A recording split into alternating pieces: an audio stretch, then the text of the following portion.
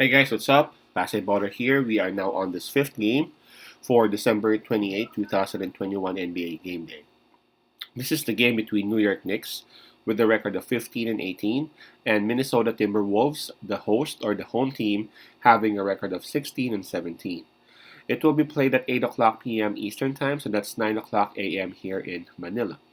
And before we proceed, I'm just inviting everyone who have not subscribed yet to our YouTube account or YouTube channel, Basketballer. Please click on the subscribe button below. At the same time, hit on the bell logo. That way, automatically, you guys will be receiving notifications whenever new videos are uploaded.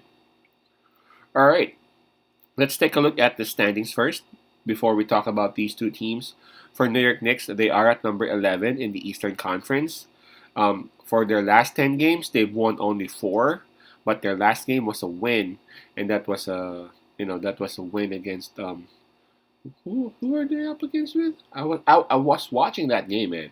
Um, Atlanta Hawks. There you go, Atlanta Hawks. When Kemba Walker actually had a triple double. Yeah, I could remember with the new jersey on. Yep, that's great. I could remember now. Whew. I'm so sleepy. All right. Now for their opponent, Minnesota Timberwolves, they are at number 8 in the Western Conference. For their last 10 games, they've won 5 games. Pretty decent. And approaching this game, Minnesota is also having its win.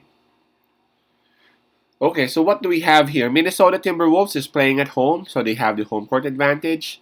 Talk about momentum. Both teams, they're actually coming off wins, so let's just skip that part. As for the fatigue factor, Minnesota actually played last night. They played against the Boston Celtics, while New York Knicks actually had their rest day. So I'm expecting that their legs must be tired as compared to New York Knicks. So a point for New York for that. So 1 point Minnesota for the home court advantage, another point, and 1 point for New York for the fatigue factor.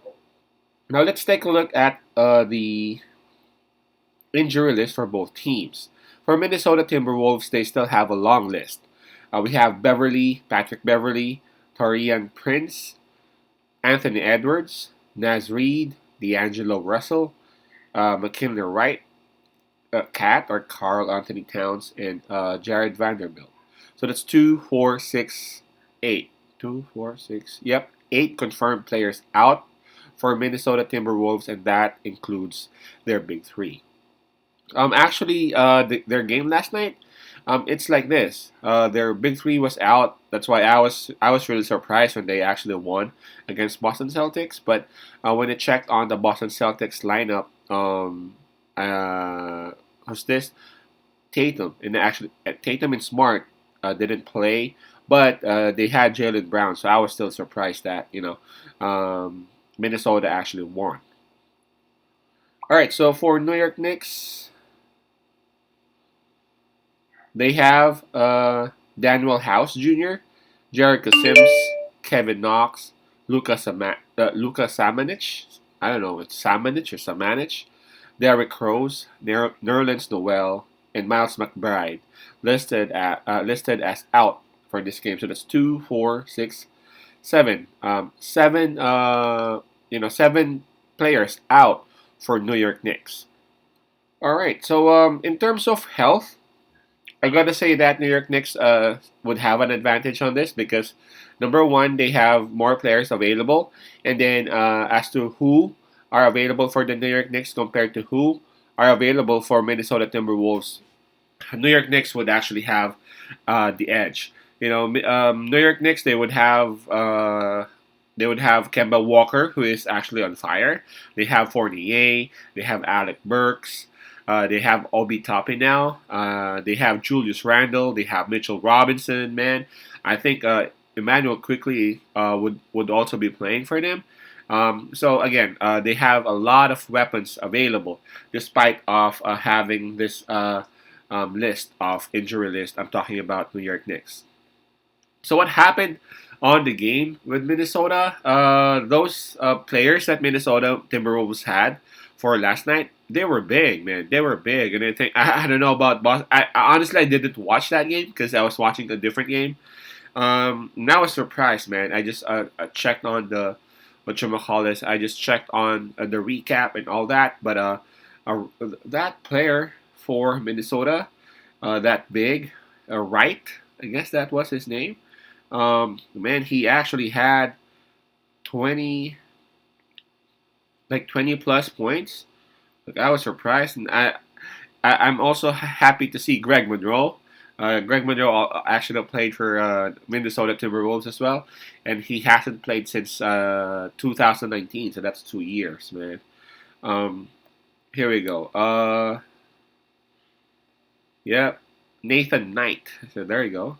Nathan Knight actually had 20 points for Minnesota Timberwolves. He's the one who actually played five or center for Minnesota Timberwolves, and of course McDaniels also provided 17 points.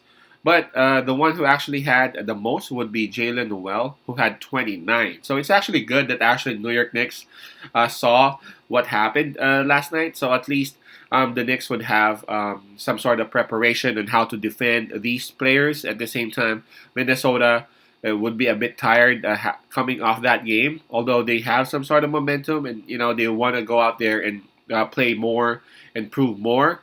I think New York Knicks would have enough offensive firepower to actually shut down Minnesota Timberwolves on this. Anyway, they have Mitchell Robinson as the big to actually try to contain these bigs for Minnesota.